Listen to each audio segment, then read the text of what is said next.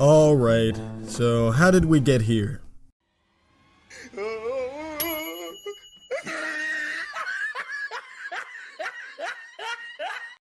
It's probably got something to do with this little bugger, Mephisto.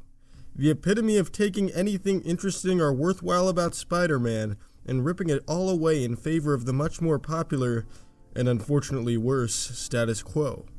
Now I'm going to bring up something random, but stay with me here. Remember how the Mandalorian gave up his creed and also let Grogu go to be with his people, and then it was all reversed in time for the new movie? This is the same thing that's been happening to Spider-Man. Since he gave his marriage to Mephisto in order to save Aunt May, he can't grow in any way that's interesting, and any big swings that could potentially make his story evolve or grow are squandered relatively quickly. Obviously, the comics aren't the only ones at fault for this, with the nerdy dork in high school trope unfortunately plaguing his adaptations, to the point where people don't even realize he's supposed to be 28 in the main comics. Not 15, not 17, not even 19, 28. Over his decades and decades of development, they have slowly decided to let him age, to show his development, which is something I feel every Spider-Man adaptation should do in order to not be stale. The problem with it, though, is he still acts like an insecure kid. Look, I don't want anyone to attack the writers or say they're terrible for writing a bad series, especially when Zeb Wells has proven he can write great stories, including ones with Spider-Man. But it is definitely worth noting the fan critiques of the story and how, for better or worse, the modern writing of Spider-Man has fanned the flames of Spider-Man discourse and ultimately ruined the version of Spider-Man that every other adaptation exists because of. Earth 616, the comics Spider-Man. A hero we were supposed to see as this burning light of glory is casually submitting to everyone else in his own story, and whenever he isn't, he's trying and failing very badly. And it's hard to respect a hero who fails to save the life of another superhero in his comic, and then follows it up with Spider-Man, a character who is barely involved with any of her comics, having a monologue about how great Miss Marvel was and how she sacrificed herself to save Mary Jane, while he snoozes next to her mask. It's weird, especially as a Miss Marvel fan.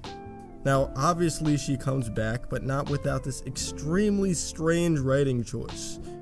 Yep, as Peter reunites with Kamala, he makes light of the kid who collects Spider-Man, which is one of the most revered Spider-Man comics, which of course features Spider-Man revealing his identity to a terminally ill child, as he speaks to a superhero he didn't save. Yikes.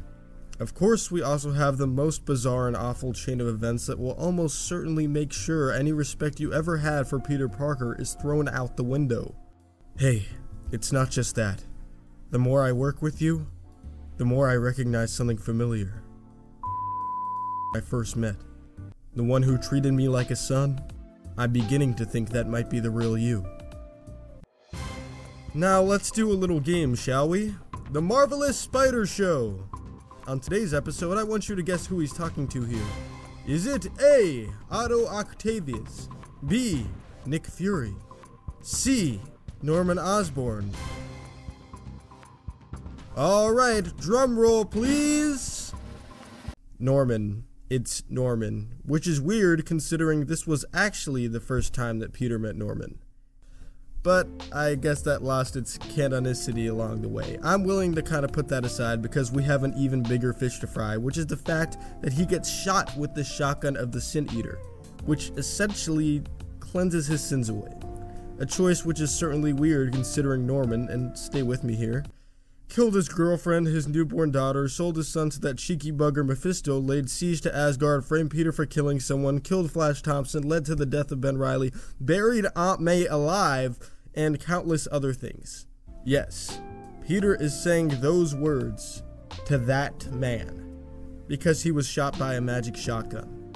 He didn't change on his own volition, but because he was forced to by the writers, which just isn't interesting. It's strange. I saw a really good post, so I'm gonna put it up on the screen here. Imagine the Joker becoming the best pal of Batman after murdering every Robin and Alfred ever. Seriously, what is wrong with people? And then imagine after that, Joker becomes Batman and Batman hugs him. Oh boy, okay, well, if you're willing to put that aside, there's a giant elephant in the room I haven't touched on that much, and for good reason. The conversation has been milked to near death. So I'm just going to talk about one aspect of it. The death of Mary Jane's new boyfriend, Paul. Now, of course, Paul encapsulates everything wrong with current Spider-Man and his lack of growth, so it makes sense they would want to kill him off. I mean, people are practically cheering in the streets because of this end of this absurd character, so from a real-world perspective, we win, right? Not quite. The damage from one more day will need quite a bit more to be undone, if that ever happens. And if you look on the page, you'll notice something pretty strange. Peter almost certainly doesn't care at all. Like, that boy is gonna forget this all happened by tomorrow. Obviously, there was something urgent they had to do, but Spider-Man should feel remorse over innocent deaths. He barely reacts. And this is a situation where I understand both sides because fans want Paul gone completely, never mentioned again. But it can also be used as a building block in this new story so his character could at least serve one good purpose. I just don't think it's worth writing Spidey out of character for it to happen. It's unfortunately just something indicative of the fan base and how this all could have been avoided if he never existed in the first place. There wouldn't have to be any writing into a corner. But there was a world where this was avoided. The new Ultimate Universe. Gwen and Uncle Ben were alive, and Peter was married to Mary Jane with kids. Harry was his best friend and a hero as Green Goblin, and Peter developed his powers as an adult to reclaim his destiny. It was an interesting new story, a breath of fresh air, until... Alright, you've been warned. That's right. Marvel editorials saw their own comic was getting trumped by an alternative universe version, and instead of embracing the change like DC with the Absolute Universe, the Ultimate Universe was cut short by something the writers didn't even know about. And Peter was killed. A perfect showcase of Spider-Man's worst problem. A lack of growth. But everything he stood for, a responsible symbol that we can believe in, because he believes in himself, and doing the right thing, it was all still there. And it's possible that maybe we'll get something like that one day.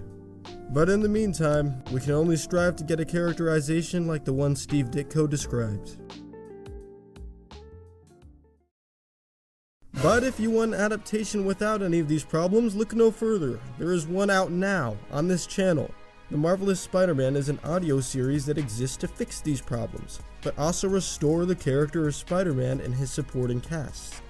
In fact, the whole story is about Spider-Man trying to restore his image with the public after failing to save Captain George Stacy.